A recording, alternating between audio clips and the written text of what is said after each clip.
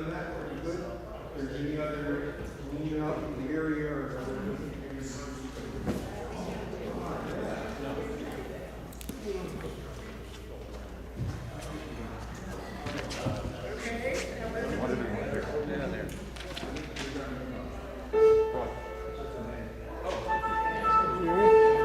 One more?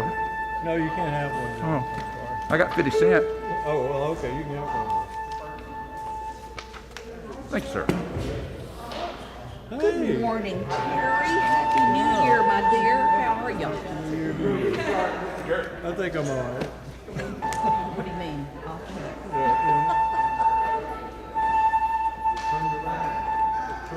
Yeah. Turn it off. Don't walk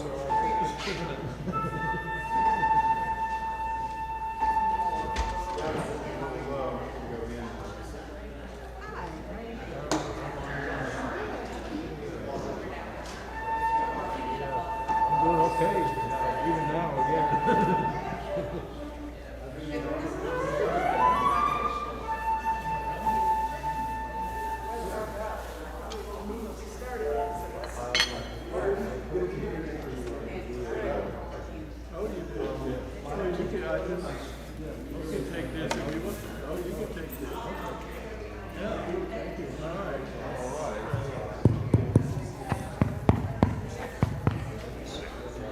Terry,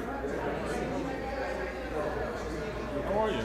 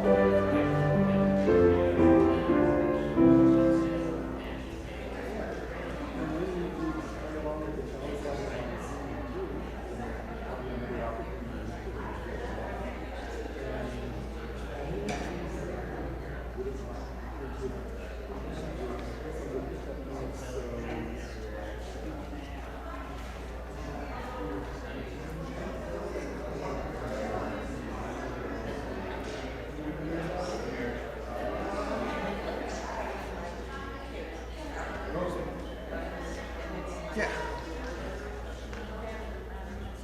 They're all pins, but I think that's okay.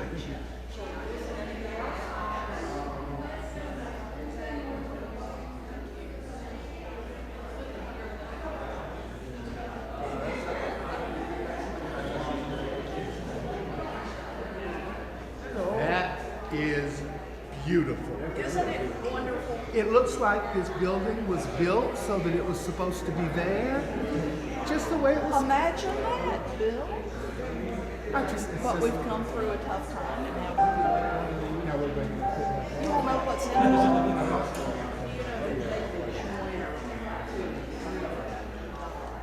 When did he die?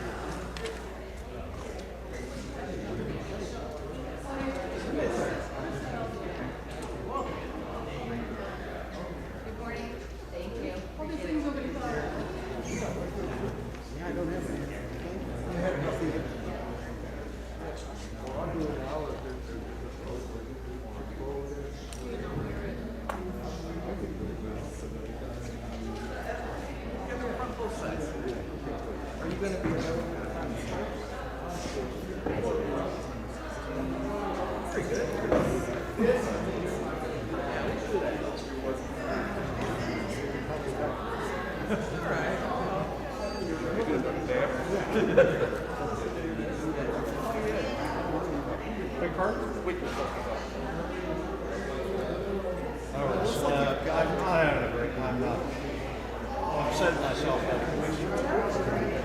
really.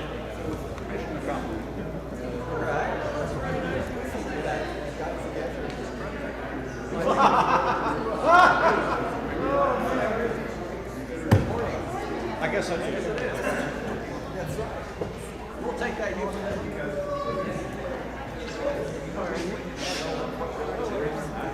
Up there without an order, sir. Yep.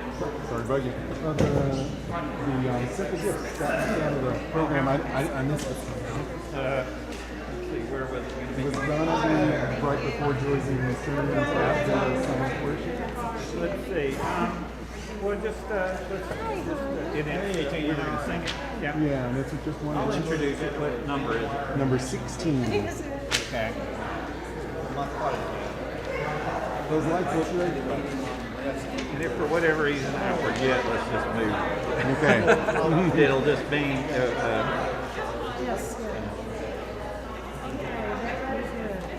between the silent worship. Yes. Hymn. Yes. What number again? 16. Thank you. It's simple gifts. Thank you. Yeah. Everything's back, you know, the way it was. Oh, okay, yeah, I'm gonna And then these might after the second. So we got more. So you have to switch.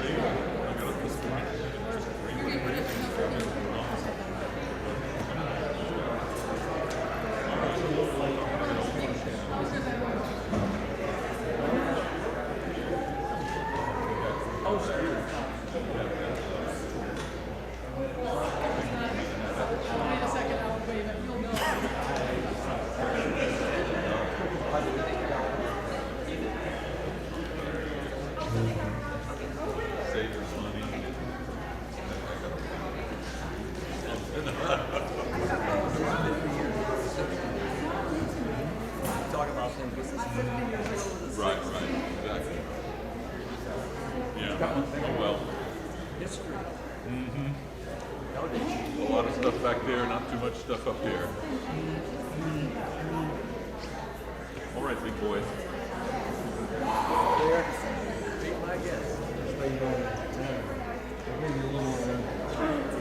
Share that copy.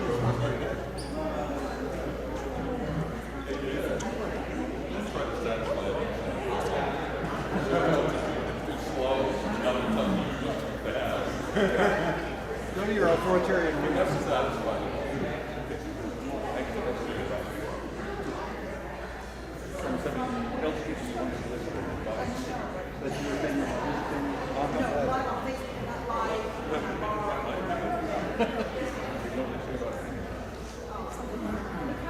Good morning.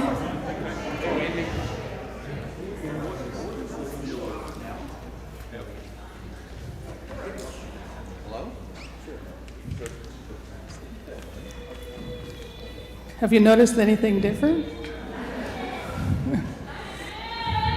Let's hope we are all reoriented and not disoriented. My name is Wendy Sire, and I'm a member of the board of the Tennessee Valley Unitarian Universalist Church. So, on behalf of the board and the program council, I welcome you all this morning to TVUUC. As always, wherever we sit, what direction we look in, you are welcome here, whoever you are, wherever you're from, and whatever you are on your journey.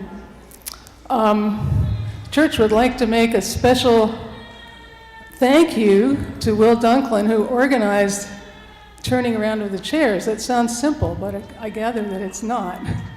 It involved,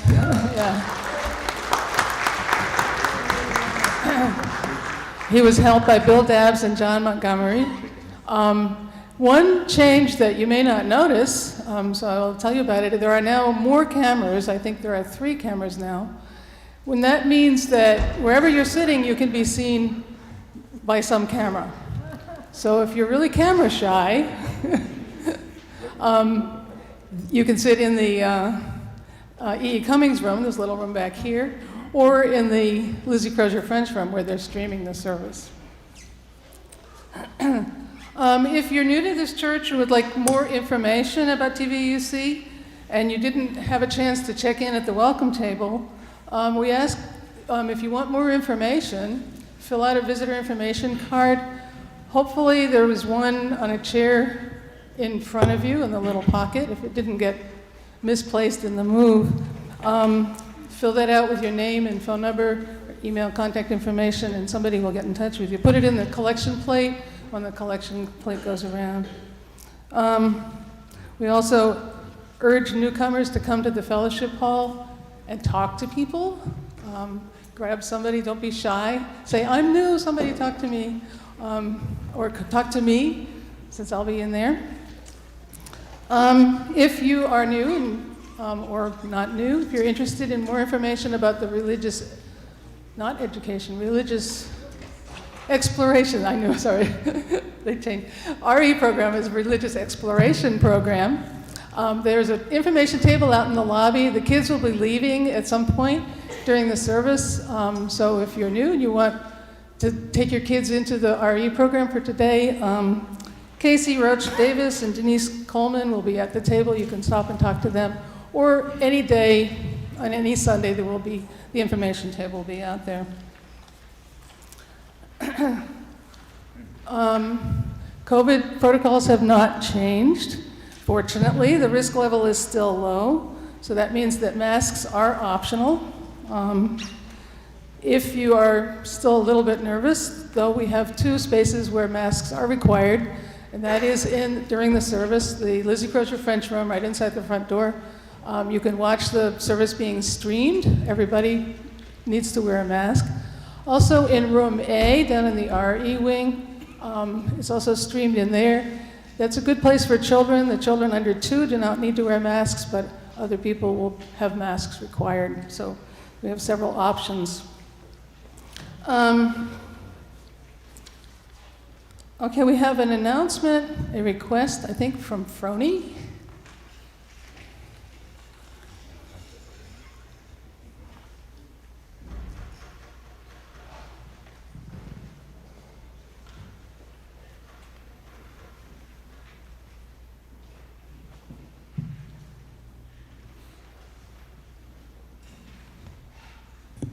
Good morning. Many of you have seen me at the doors to the sanctuary in the last several months on Sundays, ushering, and I answered a call from Ken Stevenson to be an usher coordinator. I'm working with Betty and with Casey to recruit volunteers, and if you approach me or them, we will make sure that your name gets on the usher list. It's a really, really good way to greet people, to meet them, and to welcome everyone into the church.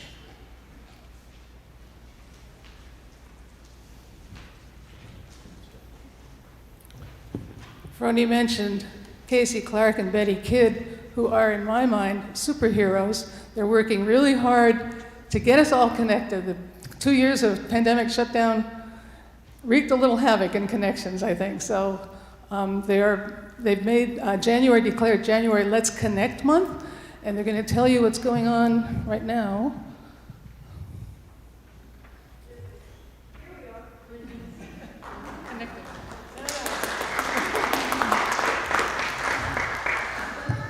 Thank you for that applause. I don't feel like we deserve it quite yet, but we're getting there. And thank you all so much for the outpouring of support. Thought I was using the mic, sorry. Thank you all for the outpouring of support and enthusiasm for the Let's Connect program. Casey and I have literally had conversations every day this week about folks who want to help, folks who want to get involved, folks who want to know more, and it's wonderful. The support has been absolutely astonishing, but not surprising, because this congregation is absolutely hungry for fellowship and community and reconnecting those ties. See what I did there with hungry and food and fellowship? Anyway, Let's Connect is here to help people connect with programs and with each other. So we've got a couple of reminders about other events happening in January. So I would like to remind you to cast your ballot for the Volunteer of the Month for January. The polls will stay open through January 15th for this first vote. Since we're just getting started, we wanted to give folks extra time. In the future, it'll be just the first 2 Sundays of the month. But in your order of service, there's a ballot that looks like this. Also on Facebook, I posted something that looks like this with the QR code and also a link that you can link from your phone or your computer to vote for our January Volunteer of the Month. We will announce that the winner of the January Volunteer of the Month on the 5th of February, which will be a programs fair, kind of like a volunteer fair, but including all the programs, and stand-up brunch. So don't miss this opportunity to support your fellow TVUUCers who do the work of the church. Thank you. How many times can you vote? Stuff the ballot box. Someone brought that up to me and said, hey, can we stuff the ballot box? And I said, I trust our congregation to vote once a month. So please. And this is for volunteers who volunteer either at the church or in the name of the church. And we did get some votes for staff members, and as much as we appreciate them, we're wanting to honor the volunteers of the church. Thank you. Great question, though. The details of the January 15th brunch and program lead orientation will be emailed out tomorrow. That will come from the TVUUC Let's Connect email address. So if you're in charge of a program or you're listed in the TVUUC program guide as a contact for a club, please be on the lookout for that email. Info will also be in the newsletter and posted on Facebook this week. And we will, like I said, be having a standing brunch on January 15th in the Greg McKendry Fellowship Hall before the service. Thank you. If you're interested in coming to the brunch, that's totally fine. If you're not a program lead, please plan on bringing something to share. It's awfully hard to anticipate how many we're going to feed. So if you're planning on joining us for the standing brunch, please bring something as well. That brunch, again, starts at 10 o'clock. At 10:15, the Let's Connect, Reverend Buice, and the program contacts will go to the Lizzie Crozier-French room for the program orientation. Thanks. Thanks, everybody.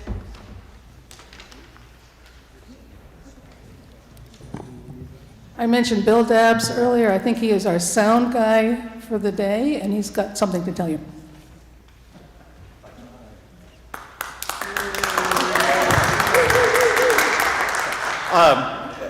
Now you get to see how badly the sound guy uses the sound system. Now, can you all hear me? I wanted to say a little bit more about Will Dunklin and his involvement in getting the sanctuary back to where we are. We haven't used it in this way in years, and guess what? Things fall apart. Also, the planning for this started months ago in regard to getting the camera set, figuring out how to do the visuals.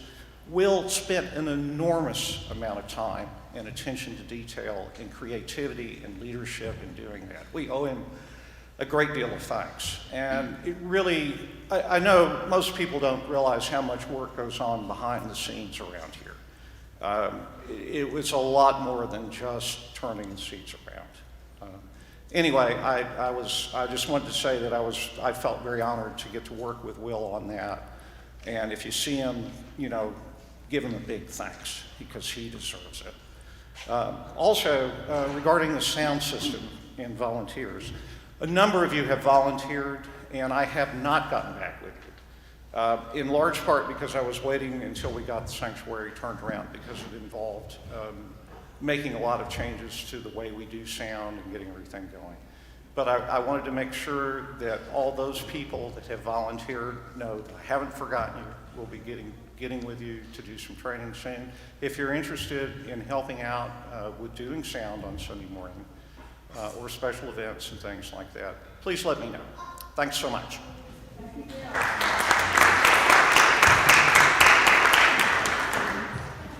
And now I just want to remind you once again to come to the fellowship hall. It is open, there is coffee. Sometimes there's more, I haven't checked today. And sometimes I would invite you out on the patio too, but not today, I think. Also in the fellowship hall, remember that there's 2 other opportunities. One is buying gift cards. If you don't know how gift cards benefit the church, stop and ask. Talk to Eunice and she'll explain it. Something new to find out. The other one is the caring table, so you can sign cards for people with joys and concerns this week. Those 2 tables are normally there every week.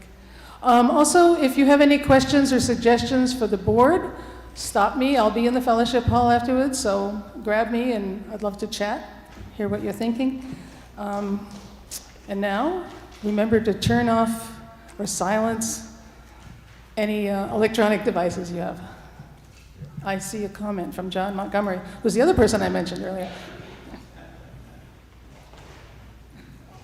Good morning. If I may, is anybody missing a really pretty phone? It was found in the parking lot. It may or may not be one of ours. It's got the Guardian. It's, yeah. So, no? Okay, I'll go down the hall. And it could have fallen off somebody's car just going through the parking lot, so, but we'll figure it out. Thank you. And Will Dunklin, he's a champ. He really is.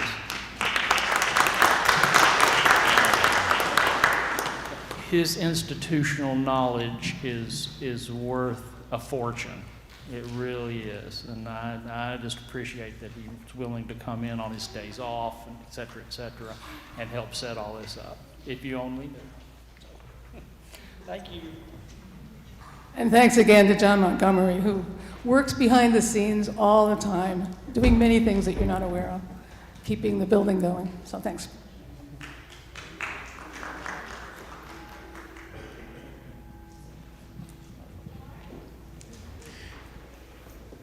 This musical meditation is based on something many of you may remember, a performance by John Denver on a Muppet Christmas special.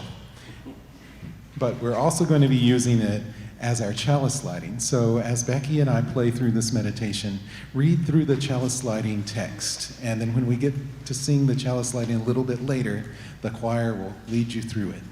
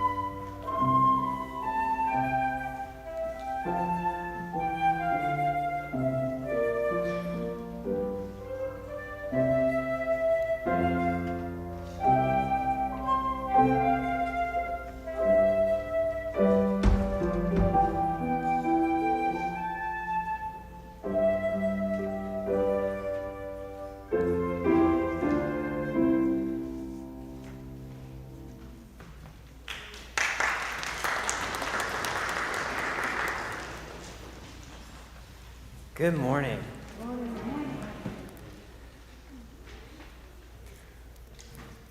Well, there we go.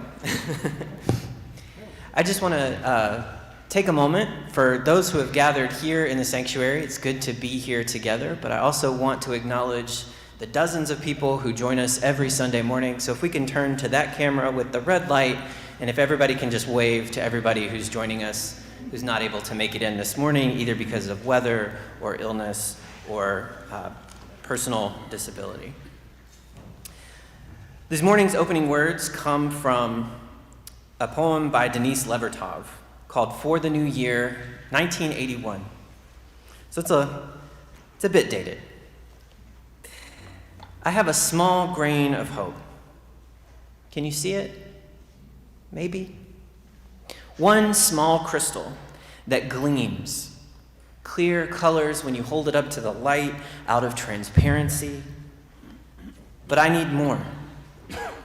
So I break off a fragment and I send it to you. Please take it. This grain is a grain of hope. Please take it so that mine won't shrink. And please share your fragment so that yours will grow. Only so, by division, will hope increase. Like a clump of irises which will cease to flower unless you break apart the roots and distribute the clusters from an unlikely source, this clumsy and earth-covered grace.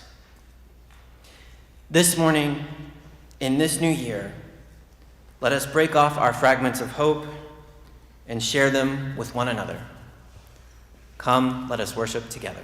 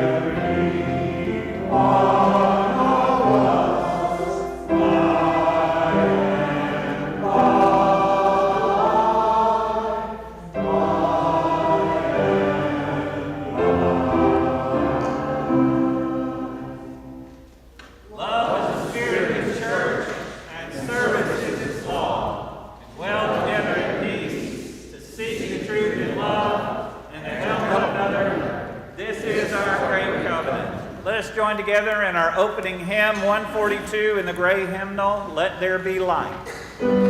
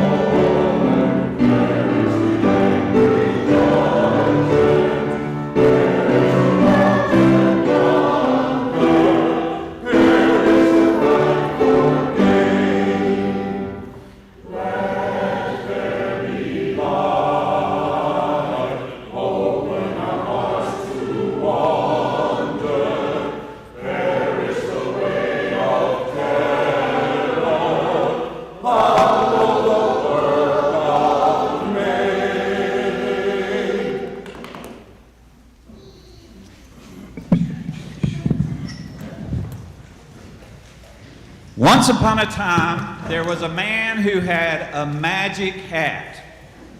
And the thing that made this hat magic is anyone who put on the hat would become more loving and more kind and more compassionate and more considerate and more just an overall wonderful human being.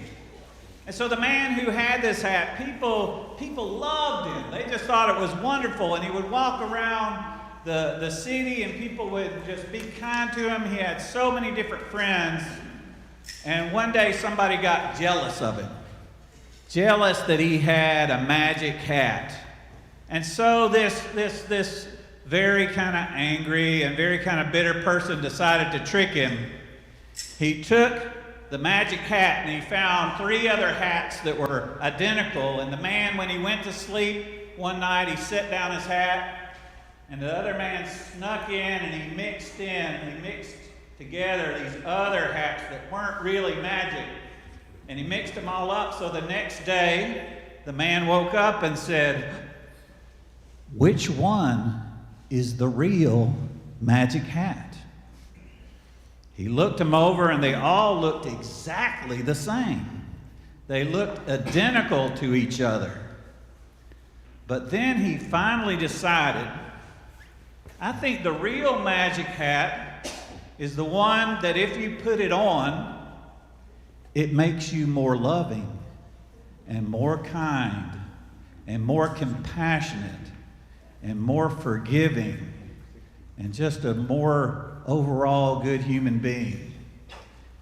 And religions are a lot like magic hats.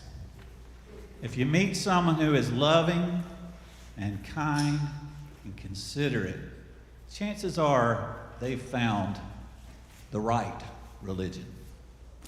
And that's our story for today.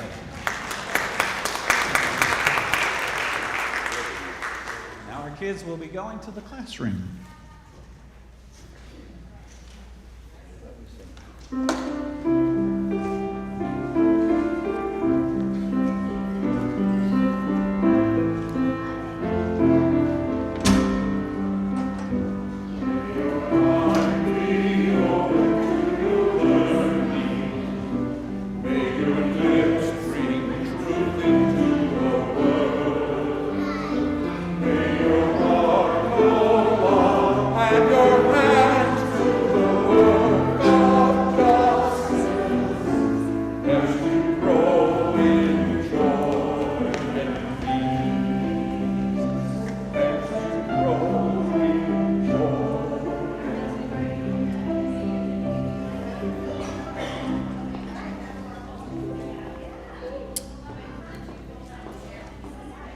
This morning we'll be talking about Quakers and Unitarian Universalists and some of the values we share in common.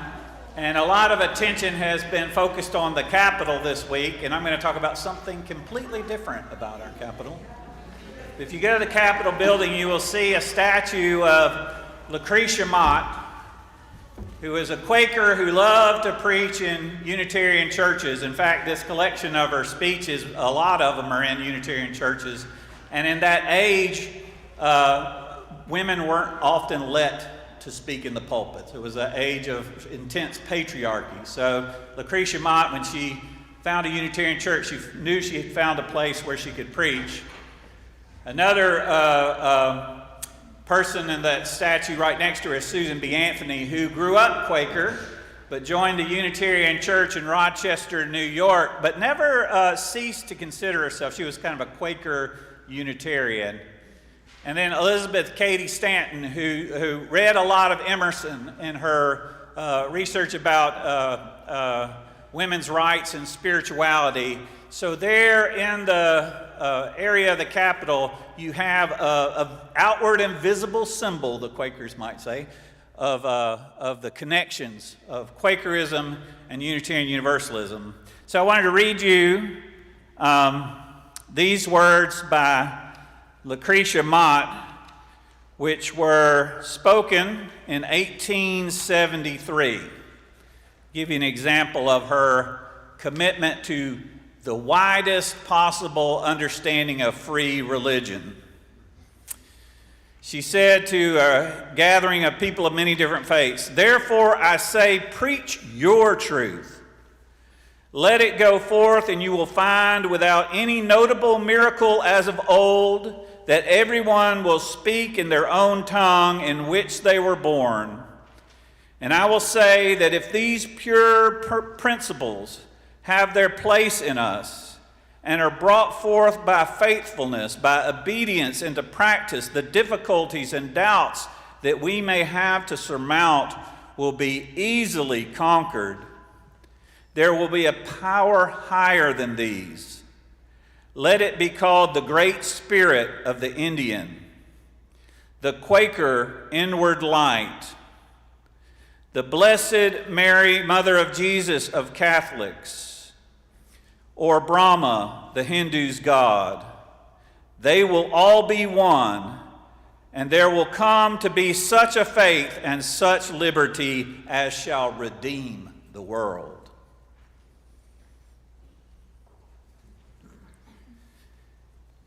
In leading into our time of prayer, this is a special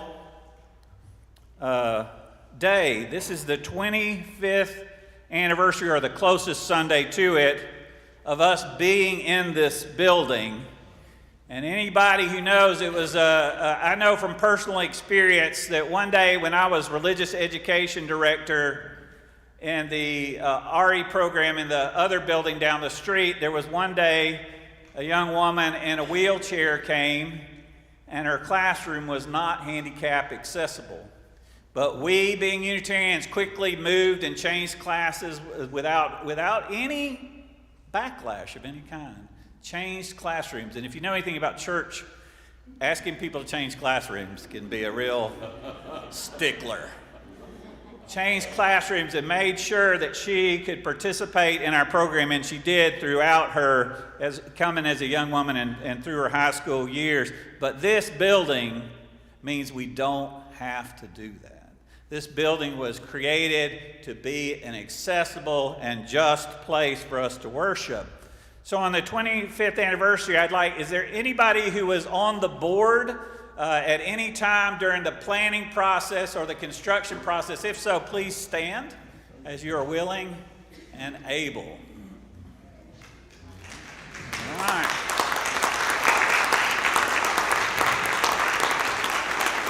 If you are part of the design and planning committee or came to one of those meetings, I also invite you to stand.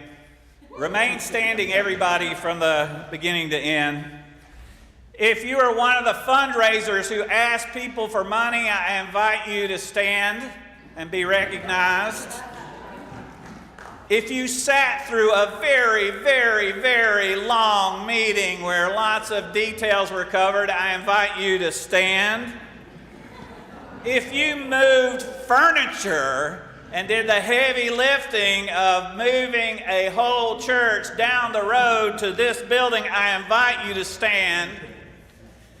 And if you are a person, anyone who's come at any time who is grateful for all that hard work, I invite you to stand as you are willing and able, and let's celebrate that accomplishment together.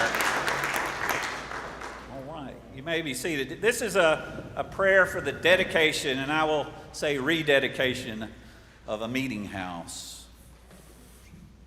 Out of wood and stone, out of dreams and sacrifice, the people build a home. Out of the work of their hands and hearts and minds, the people fashion a symbol and a reality. May this house be truly a place of meeting. Meeting in warmth and joy and openness. Meeting in courage and love and trust. May these walls know silence as 100 hearts search inward, each for its own spark of hope that might otherwise be snuffed out in the noise. May these rafters hear the voice of a child as surely as that of the orator, and the sound of the organ and the choir, and the swish of the broom, and the clickety-clack of installing cameras. And know that all of this is holy, is as holy as the shout of a million stars. May the rain fall lightly on this house. May the sun shine warmly and the winds blow softly, and bless it as a place of peace and joy. This house, which was designed with these words in mind, to be a place of light for all people. Let us enter into a moment of silent worship, entering into this space of light and love.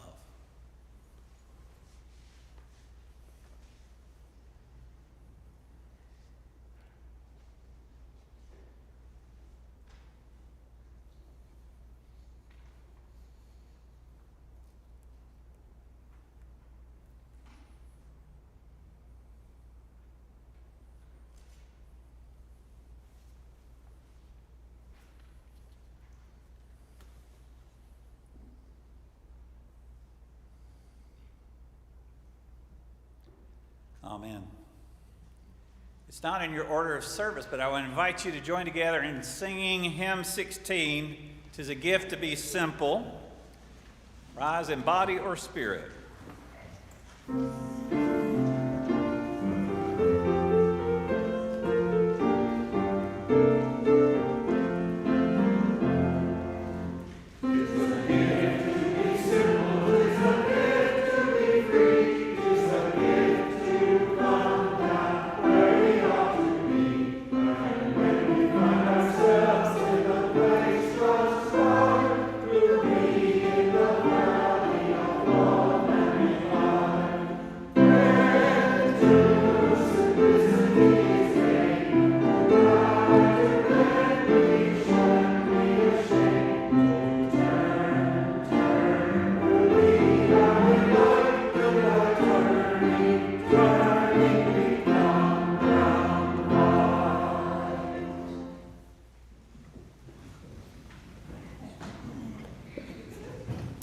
I can always stand to be a little more loving, a little more compassionate, and just a little more mindful of others. And this morning, I want to speak as a member of the spiritual care team and point to two folks who aren't wearing a physical hat, but are wearing the metaphorical hat this morning. If I could get Carolyn Rogers and David Massey to just give a great big wave.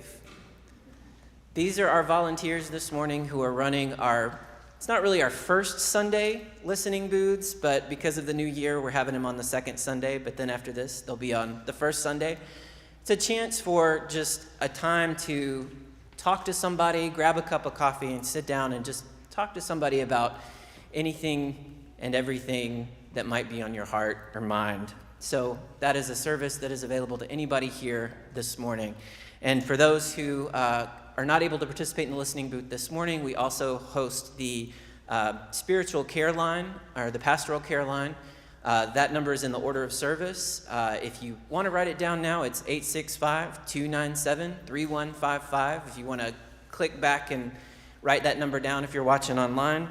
But it is in the order of service, and it's on our website. The other thing we do is every Sunday we take a moment to recognize the joys and concerns in our congregation and in our world. Today we say a prayer for American democracy and democracies all over the world. A prayer that people of all faiths and beliefs will be able to find the common ground and work for the common good. We offer a prayer of peace for everyone who is suffering war and violence, domestic violence in the home, random violence in the streets, and violence sanctioned by competing states. Today, our thoughts and prayers are with the families here in this congregation who have experienced losses, including the family of David Joyner, who died on December 9th. David was known for his passion for his art and creativity and his love of all arts. Memorial service plans will be announced in the near future. We send love to the family of Ann Richardson, who died on the winter solstice. Anne made the decision to follow her bliss in midlife and became a librarian and never looked back. The family is planning a memorial service at TVUUC sometime this spring. And we continue to hold the family of Irvin Williams in our hearts, his wife Elnora and his son Frederick. We will miss his resounding voice both in our choir and in our congregational singing and during the national anthem at UT football games.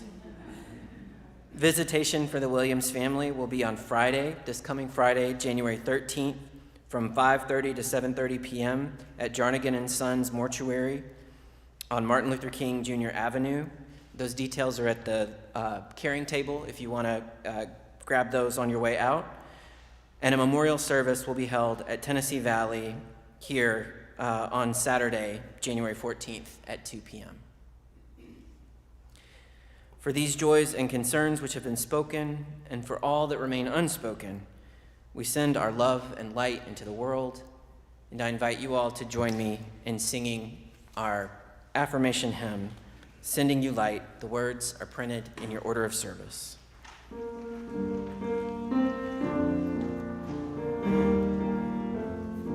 We are sending you light to heal you, to hold you. We are sending you light to hold you in love. We are sending you light to heal you, to hold you. We are sending you light to hold you in love. Good morning. Wow, look at this. This is really amazing.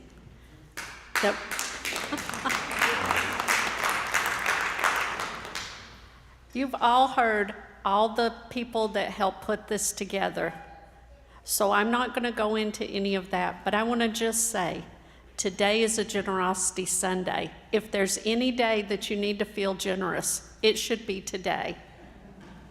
So our offering today is a generosity offering. What that means is that 100% of what you give, if it's not marked as a pledge, goes to the general operating fund of TVUUC, which means it goes to a lot of things like additional lighting in here, working with sound equipment, all of those kind of things that are not special projects. You can give today through offering baskets that are passed here, through the kiosk in the lobby.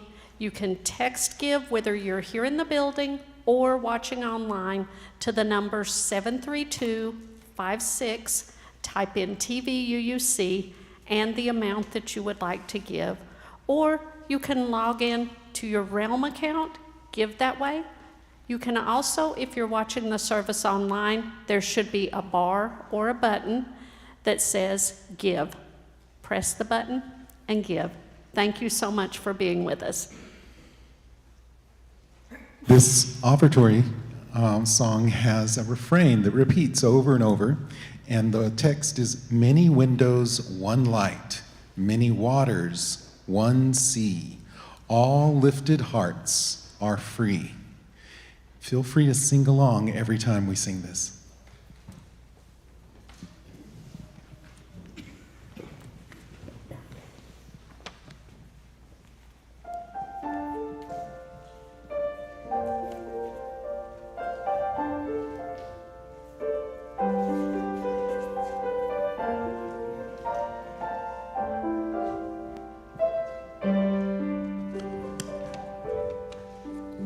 Many windows, one light.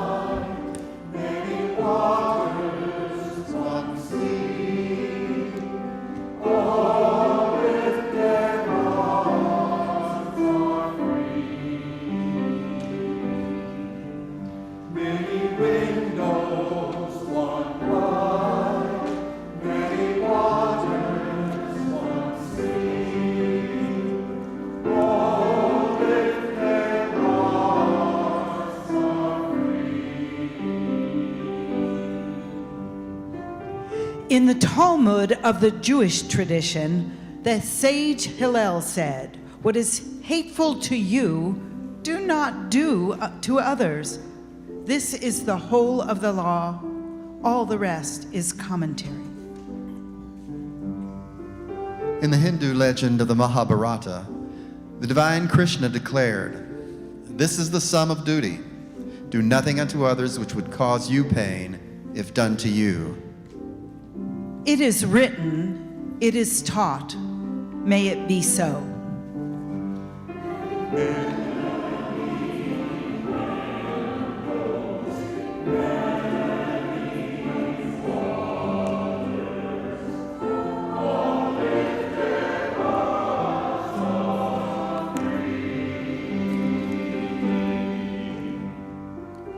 In the Gospel of Matthew, in the Christian scriptures, the Messiah, Jesus, says, "Whatever you wish that others would do to you, do so to them."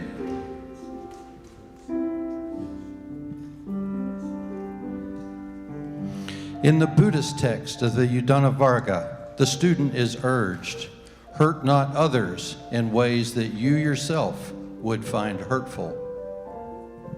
It is written, it is taught, may it be so.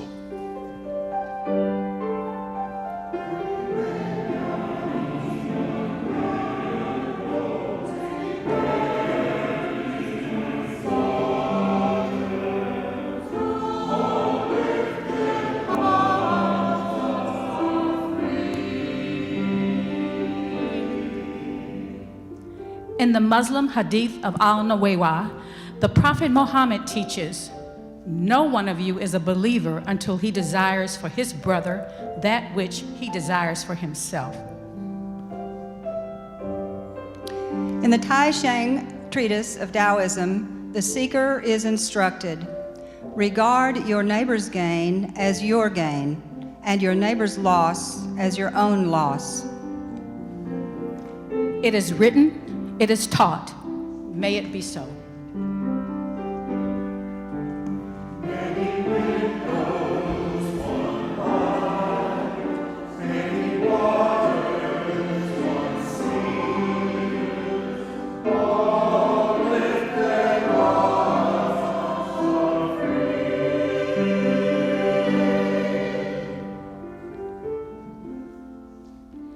In the ancient wisdom of Shinto, there is a saying, "The heart of the person before you is a mirror. See there your own form."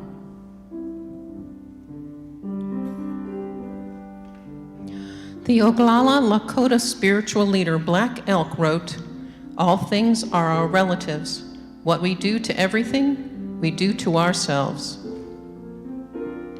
It is written, it is taught, let it be so.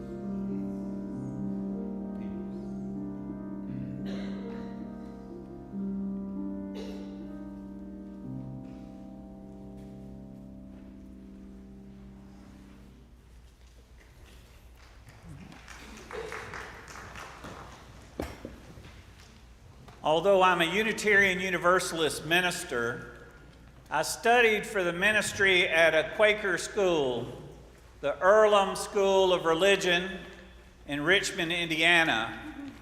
And one of the things I love about the Quakers is they have a way of packing a lot of wisdom into very few words.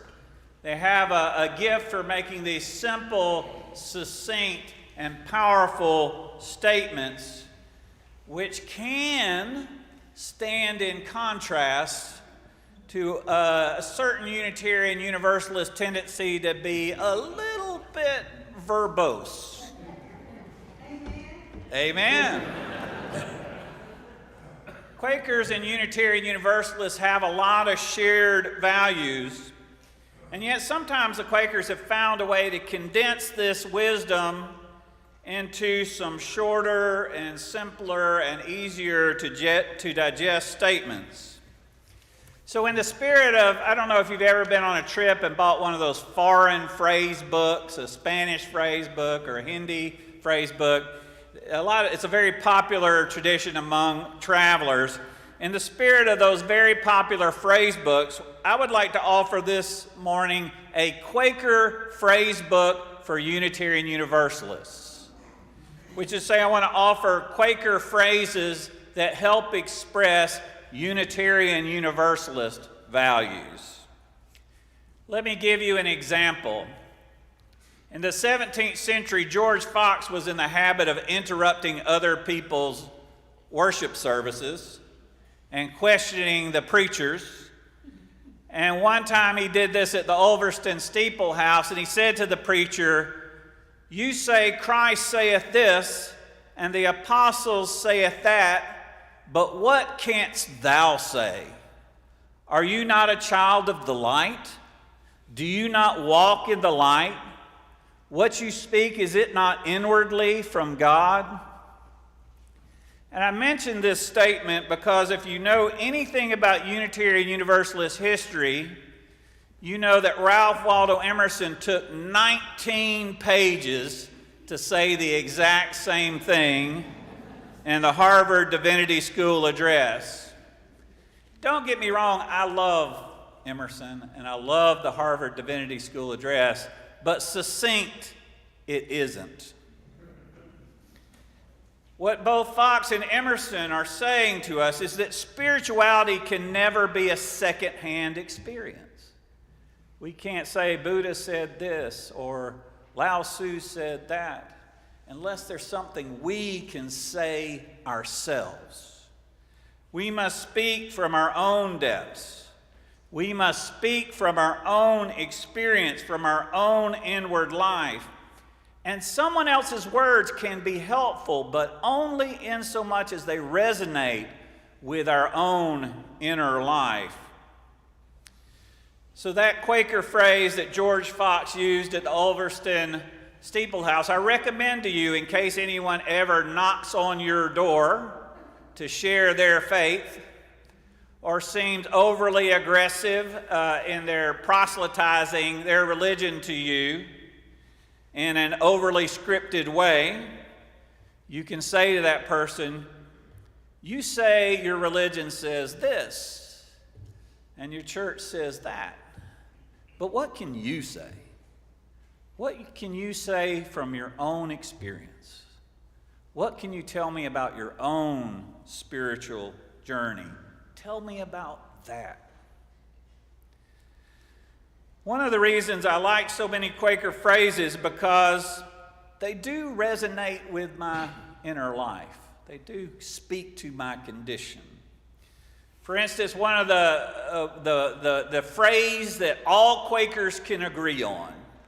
Stop a Quaker anywhere on earth and ask them if they agree with the statement, "There is that of God in every person," and everyone will say yes.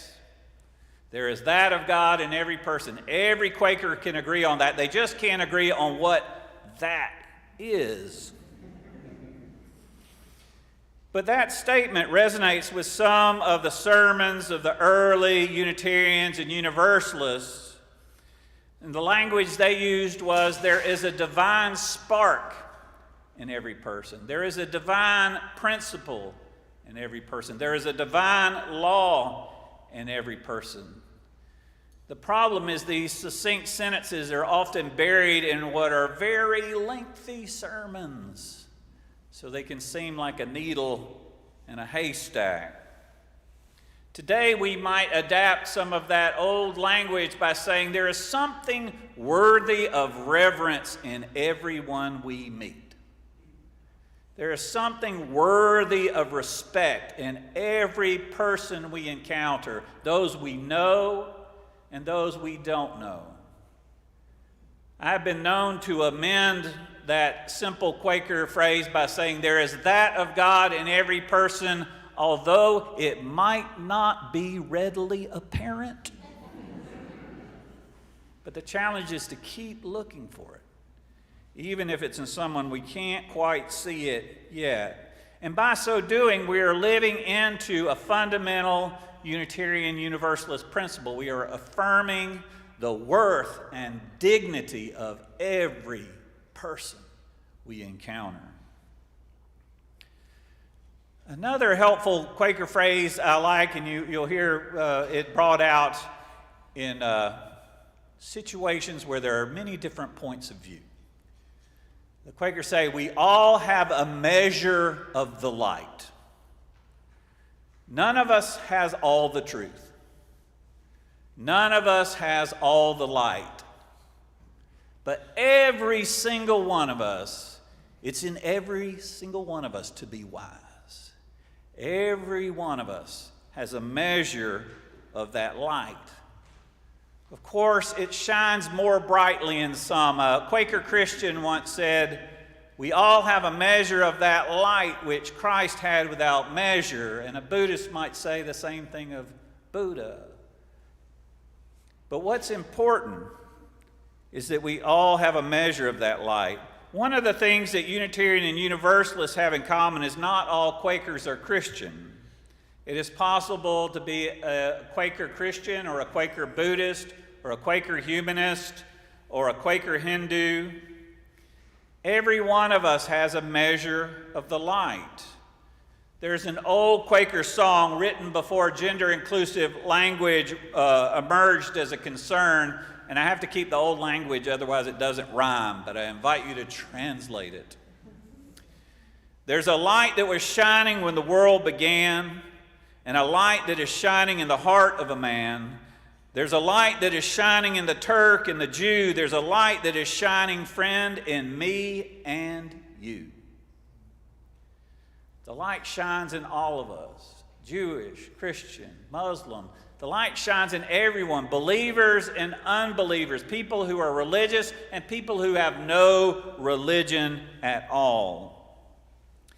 Of course, this idea that we have a measure of light becomes a source of humility, even as we engage in action. And one of the very important reasons why I studied at a Quaker school is because I wanted to know more about the convergence of spirituality and social action, not kind of a retreatist spirituality and not just kind of a frenetic activism, but something that brought spirituality and activism together so that we can act in the world. But as we act, we also, that idea that we each have a measure of light reminds us that we're not omniscient. We're not all-knowing. We're not infallible. And yet we are challenged to follow Carolyn Fox's advice. She said, live up to the light thou hast, and more shall be granted thee. So we are challenged to live up to the light we have in hopes that more will be given. So that's another great Quaker phrase you can put into your phrase book. Some other phrases come from George Fox's rather bitter experiences going to other churches before he founded the Society of Friends. He visited many different churches, and he was not happy with what he heard. He was very critical of what he called hireling ministers. And whenever I go visit the Quaker meeting, and I do pretty frequently on my time off, is I will introduce myself as a hireling minister but that's someone who takes a salary for preaching. But he felt the danger was of preaching for money and not out of conviction. And a lot of the offices of the clergy had a hereditary quality at the time. And the ministers at the time would literally go up into the pulpit and read a sermon that someone else had written, the official church sermon that was distributed. So they weren't really sharing their own life and their conviction with them. And he spoke of this experience of going to different congregations. He said, I went to many a priest to look for comfort, but found no comfort from them. I went away in sorrow, worse than I was when I came. I thought them miserable comforters. Miserable comforters. For I saw there was none among them that could speak to my condition. And this is something that George Fox and Ralph Waldo Emerson had in common. Indeed, one of the reasons the Harvard Divinity School address is so long is Emerson spends a lot of time in it complaining about bad preachers. Not by name, but the people in the room were pretty sure they knew who he was talking about, and they felt that he was rather rude, and this was actually the reason he was disinvited from speaking for over 20 years. Not so much about the theology, although that was controversial, but it's kind of preaching about other preachers who people thought wasn't quite so fair. And that's why I like that Quaker phrase that George Fox used. I mentioned earlier, but I'm going to draw it out a little bit. If you invite a Quaker to go to church with you, if you invite them here and you ask them how they felt about the service afterwards, they are not going to tell you, I hated it, or that was awful. That was terrible. What they will say is, that did not speak to my condition. What I like about that phrase, we might think about it in our own denomination. If there's a prayer you don't like, or a sermon you don't like, or a reading you don't like, remember that phrase and say, oh, that doesn't speak to my condition. What I like about this phrase is it allows each of us to search for the right place and the right words for ourselves without passing heavy judgment on others. Indeed, this process of finding a right church or a right religion could be compared to the process of finding the right prescription for an ailment. Now, if you've ever watched one of those advertisements for pharmaceuticals, then you've heard those long lists of disclaimers.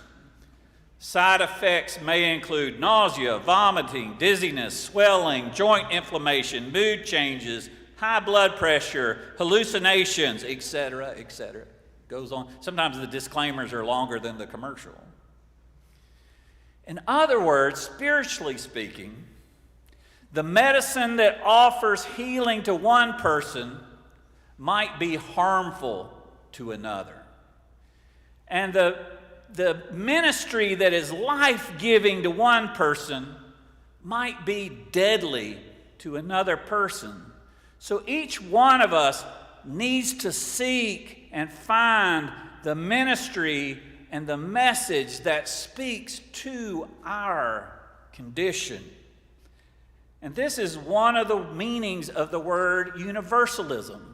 This idea that there's not meant to be just one religion that fits all people, because it's impossible for one religion to have a sense of all conditions or to be able to speak to all conditions. There needs to be variety. There needs to be diversity. And yet, underlying all that variety, underlying all that diversity, there is unity. And that's one of the main meanings for me of the word Unitarian.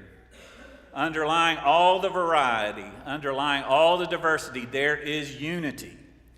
Unitarian Universalism. That's what it means for me. In the 17th century, the Quaker leader William Penn, who founded the state of Pennsylvania on the principle of religious freedom for all people, including believers and unbelievers, he described this sense of unity with these words. He said, "The humble, the meek, merciful, just, pious, and devout souls are everywhere one religion, and when death has taken off their mask, they will know one another, though the diverse liveries they wear here make them strangers." In the 18th century, the Quaker anti-slavery activist John Woolman described this unity with these words. He said, "There is a principle which is pure, placed in the human mind, which in different places and ages hath many different names. It is, however, pure and proceeds from God. It is deep and inward, confined to no forms of religion, nor excluded from any, where the heart stands in perfect sincerity, in whomsoever this takes root and grows, of what nation soever they become brethren in the best sense of the word," or we may say family, or solidarity, or oneness. In the 19th century, the Unitarian minister Ralph Waldo Emerson described this unity in an unusually succinct phrase.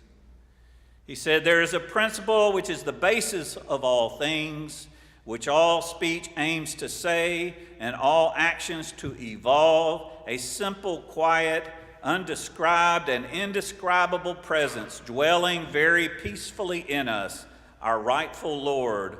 We are not to do, but to let do, not to work, but to be worked upon.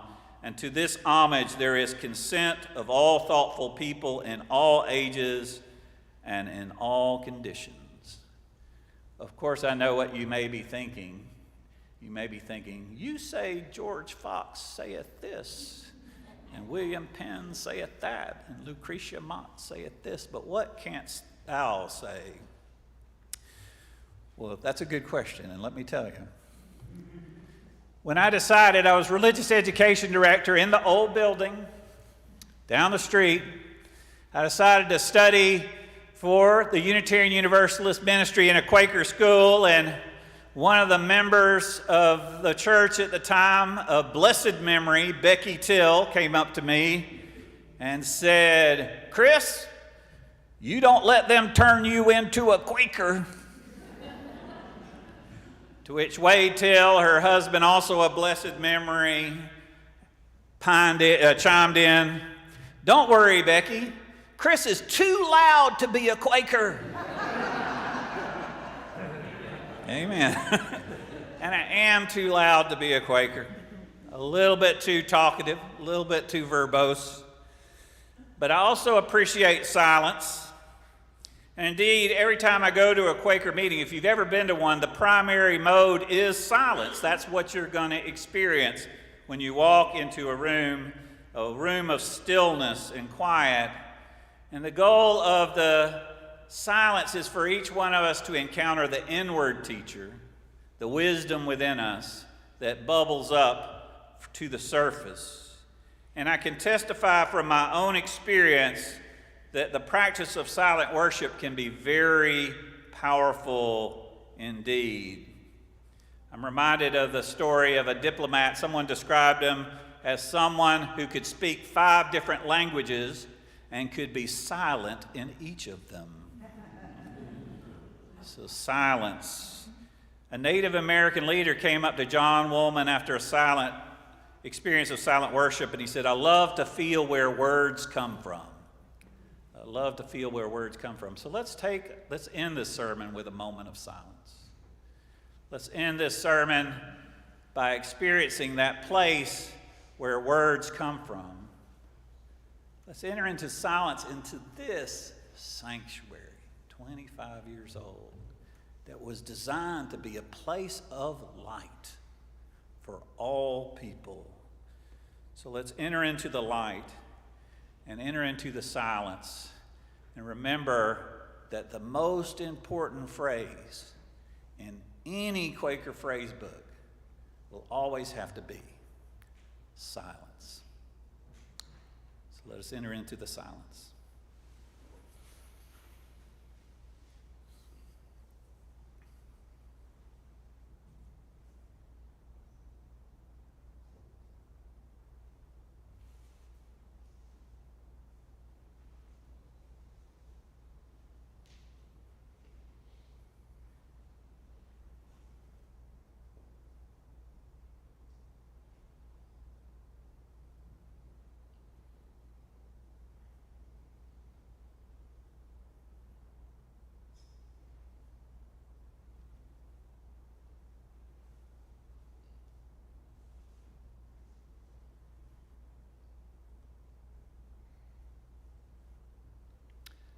Amen. I invite you to rise in body or spirit for our closing hymn, Gather the Spirit, hymn 347 in your gray hymnal.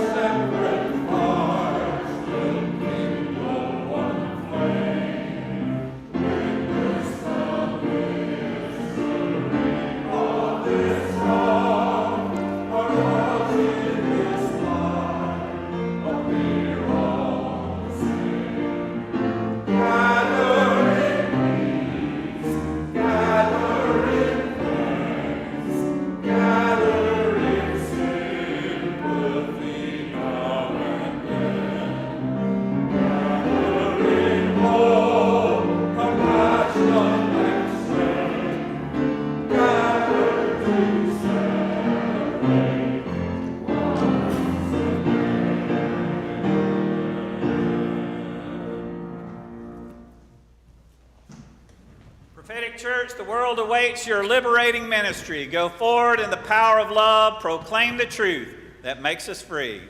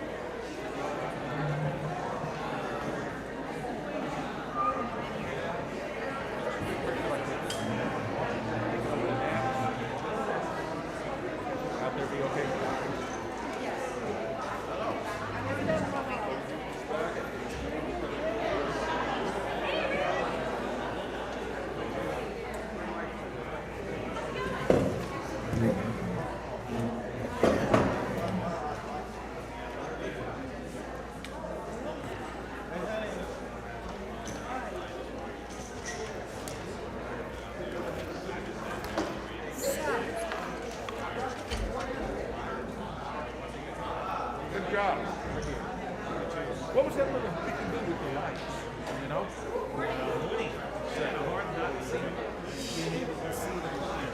Oh, I know. I did the same thing.